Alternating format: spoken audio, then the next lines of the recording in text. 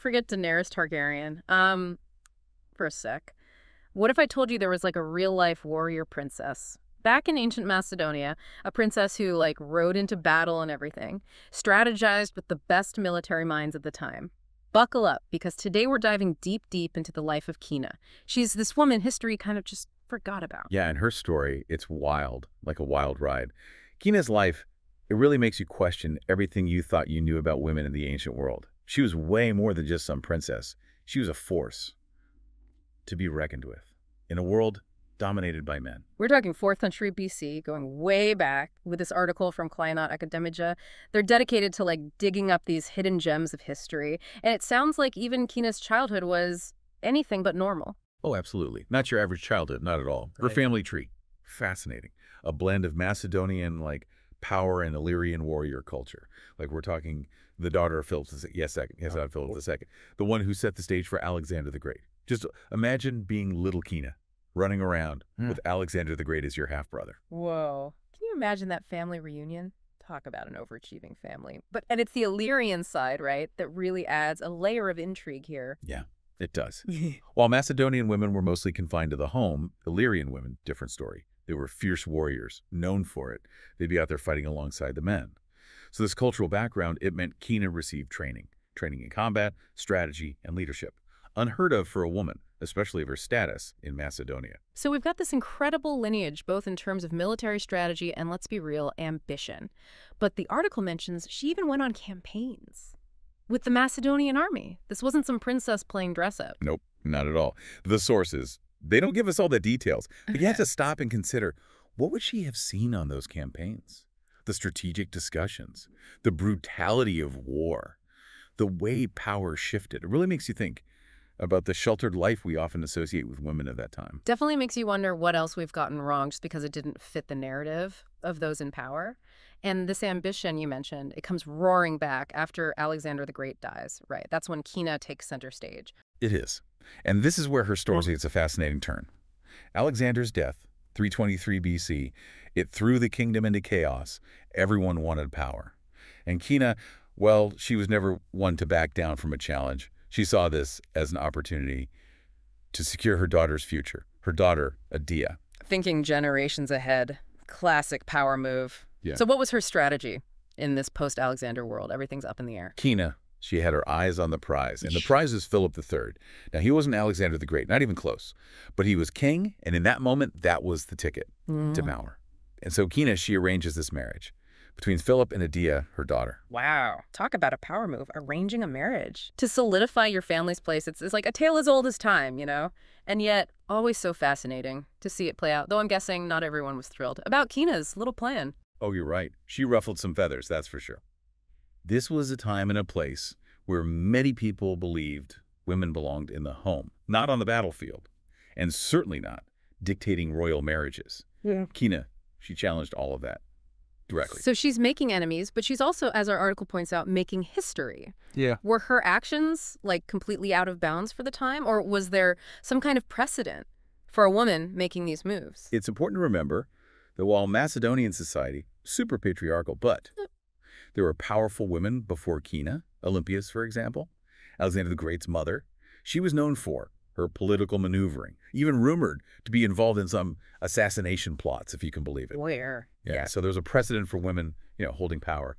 But it was usually behind the scenes, in secret, and often demonized. So Kina, in a way, she's following in these footsteps, but doing it so much more openly, not playing by the, unspoken rules, which sadly seems to have been her downfall. Sadly, that's exactly what happened. Kina's ambition, it made her a target.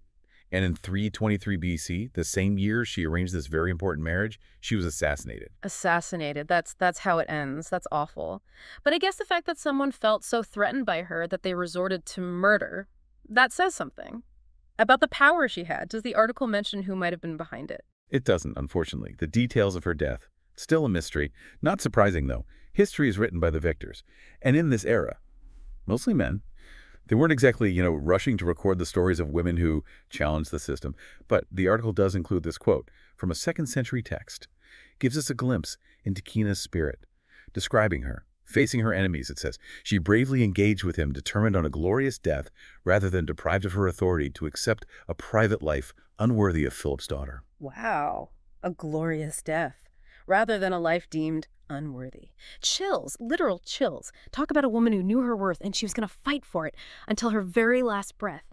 It really makes you wonder, how could a woman with that much fire, that much audacity be almost completely erased from history? It's a good question. Yeah. And it happens over and over again throughout history. It speaks to the power of who's telling the story.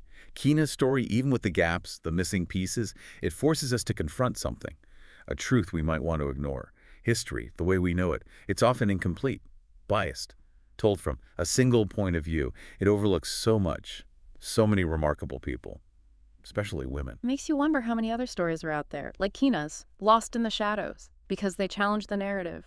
Or worse, because someone wanted them forgotten. But Kina's story, it still matters today, doesn't it? Even if it's incomplete. It really does. Yeah. In a world where women are still fighting for equality, for recognition, for their place at the table, Kina's story, it's incredibly relevant. It is. It makes me think about all the women today breaking down barriers in fields that, men have dominated for so long. Women who were told they're too ambitious, too outspoken, too unconventional, just like Kina. It's like history is repeating itself in a way. But we can learn from that, can't we? By understanding what silenced Kina's story, we can at least recognize those same forces today and maybe do something about them. I hope so. So where do we go from here? How do we honor Kina's legacy and make sure that the Kinas of today and tomorrow get the recognition they deserve?